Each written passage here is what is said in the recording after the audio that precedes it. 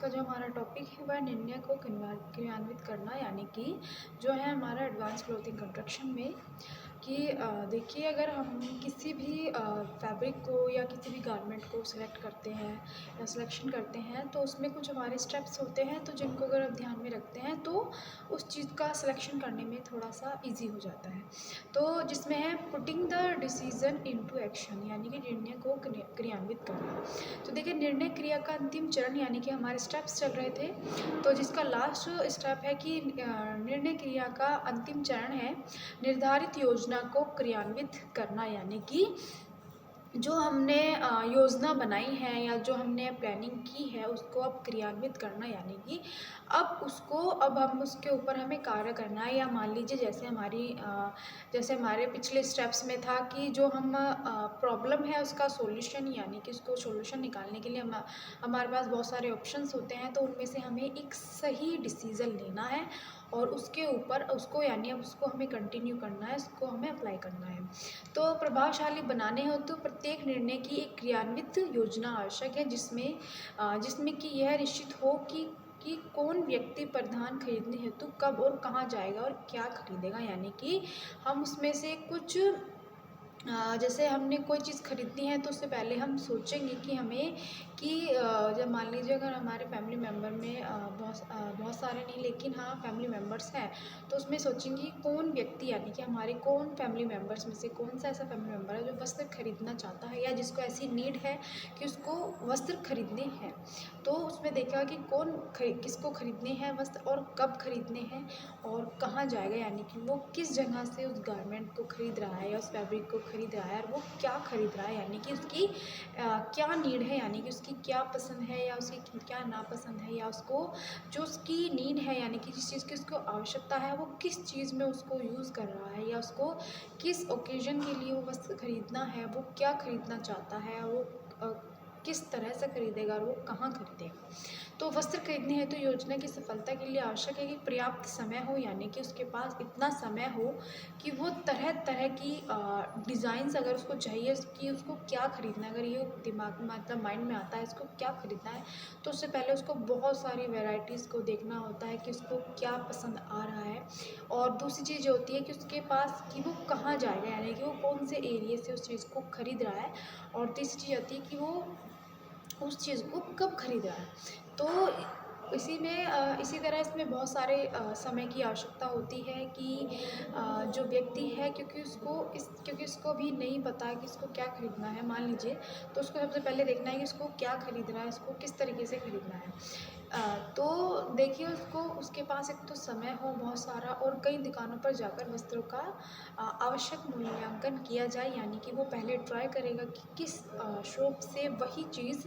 कितने में मिल रही है। हो सकता है कि जो उसने पहले शॉप से देखी हो वो चीज़ उसको वहाँ ज़्यादा कॉस्टली लगी हो, तो वो दूसरी दुकान को ट्राई करता है या दूसरी शॉप को ट्राई करता है, फिर दूसरी से तीसरी देखता है। दूसरी में ये देखता है कि कॉस्ट भी ठीक है उसकी, लेकिन उसकी फैब्रिक की क्वालिटी इतनी अच्छी नहीं है, तो उसको भी लेने में उसको लॉस है, तो इसलिए वो तीसरी पे शॉप पर ट्राई करता है। तो इसी तरह वो यानी कि एक तरीके से मूल्यांकन करता है कि किस जगह किस तरह की चीज़ मिल रही है और कितने प्राइस में मिल रही है। क्या एक चीज़ एक शॉप से मिल रही है या उतने प्राइस में मिल रही है, क्या वही चीज़ दूसरी शॉप से ज़्यादा मिल रही है या उससे कम मिल रही है। तो उन चीज़ों का मूल्यांकन यानी इवैल्यूएशन करता है। खरीदते समय वस्त्र के, यानी कि जब वो उस वस्तु को खरीदता है या उस वस्त्र को खरीदता है या गारमेंट को खरीदता है, तो उसके रंग के बारे में देखता है कि उसका रंग किस प्रकार का है, उसका रंग शैली, वस्त्र का आकार और तुलनात्मक कीमत की विस्तृत जानकारी प्राप्त कर लेनी चाहिए, यानी कि उसके रंग को भी देखेगा कि उसका जो रंग है वो किस प्रकार का है या उसके ऊपर किस प्रकार का कलर खिल रहा है, या फिर हो सकता है कि वो उसके एक तरीके से उसकी प्रॉपर्टी को देखता है कि क्या कलर जो उस पे है वो फेड तो नहीं होगा या एक दो वाश के बाद उतरेगा तो नहीं, या वो लाइट तो नहीं होगा, या उसकी शैली कैसी है, यानी कि उसमें डिज़ाइन किस प्रकार का लिया गया है, उस वस्त्र का प्रकार किस प्रकार का है, यानी कि उसकी क्वालिटी किस प्रकार की है, अच्छी है या नहीं है। तुलनात्मक कीमत की विस्तृत जानकारी प्राप्त करेगा, यानी कि उसकी जो कीमत है वो किस प्रकार की है। तो उससे पहले वो उसका मूल्यांकन करता है कि किस किस दुकान पर किस प्रकार की गारमेंट्स आ रहे हैं, किस प्रकार के खरीदे जा रहे हैं, या वो उनको उनके प्राइस को भी चेक करता है कि पहले वो 2-3 शॉप पे या 3-4 शॉप पे ट्राई करता है कि शायद इस शॉप पे अच्छा हो या उससे अच्छा हो या उसकी कॉस्ट थोड़ी कम हो या उसकी कम हो। तो जहाँ उसको लगता है कि हाँ वो उसके लिए ठीक है, तो वो उसको वहीं से खरीदता है। और जो सबसे उपयुक्त वस्त्र होगा, यानी कि जो उसको लगेगा, वो उसी वस्त्र को खरीदता है। यानी कि जो उसको लगता है कि हाँ क्वालिटी में भी ये फैब्रिक अच्छा है, इसकी कॉस्ट भी इतनी अच्छी है, उसका कलर भी अच्छा है, उसकी शैली, उसकी डिज़ाइनिंग भी बहुत अच्छी है, वस्त्र का आकार, उसकी क्वालिटी, ये सब चीज़ें उसको अगर लगता है कि हाँ ये ठीक है, तो ही वो वस्त्र को आगे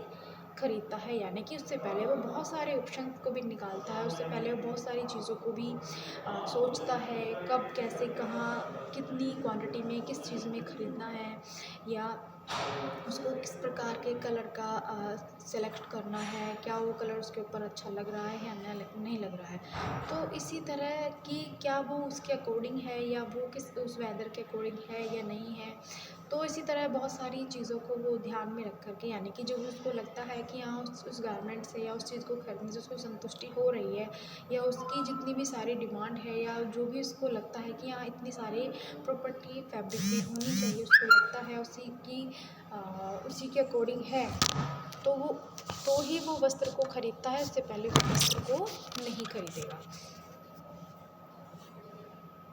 फिर आता है, इसके बाद आता है हमारा selection of clothing according to different aspects. तो देखिए, आरोग्य संबंधी मूल्य का प्रत्यक्ष प्रभाव मानव स्वास्थ्य पर पड़ता है कि देखिए पहले तो वो उन ऑप्शंस को ध्यान में रखता है कि कि उसको किस प्रकार से सिलेक्ट करने हैं, किन किन चीज़ों को उसको ध्यान में रखना है और किन किन चीज़ों को उसको ध्यान में नहीं रखना है। उसके बाद आता है कि वो सिलेक्ट करता है कि वो किसके अकॉर्डिंग वो अपनी कि उसको किस चीज़ के लिए उसको गारमेंट्स को चाहिए या किन चीज़ों को ध्यान में रख के उस गारमेंट्स को खरीदना। तो अब आता है, आरोग्य संबंधी मूल्य का प्रत्यक्ष प्रभाव मानव स्वास्थ्य पर पड़ता है। यानी कि तरीके की उसकी हाइजीनिक वैल्यू जो होती है वस्त्र की, उसका भी डायरेक्टली उसका इफेक्ट उस व्यक्ति पर पड़ता है या उसके स्वास्थ्य पर पड़ता है। तो स्वास्थ्य में शरीर की उचित रक्षा के लिए आरोग्यप्रद परिधान की आवश्यकता है। यानी कि वास्तव में व्यक्ति को अपने शरीर को सही से रक्षा करने के लिए, सही से प्रोटेक्ट करने के लिए उसे एक आरोग्यप्रद यानी कि हाइजीनिक वैल्यू वस्त्र, एक ऐसा वस्त्र जिसमें एक हाइजीनिक वैल्यू हो, उसकी आवश्यकता होती है। आरोग्यहीन वस्त्रों को न केवल त्वचा पर प्रतिक्रिया होती है, वरन यह कई रोगों का घर भी होता है। यानी कि जिसमें आरोग्यहीन वस्त्र होते हैं, यानी कि जिनकी वस्त्रों की हाइजीनिक वैल्यू नहीं होती है, जो स्वच्छता नहीं होती इनमें, वो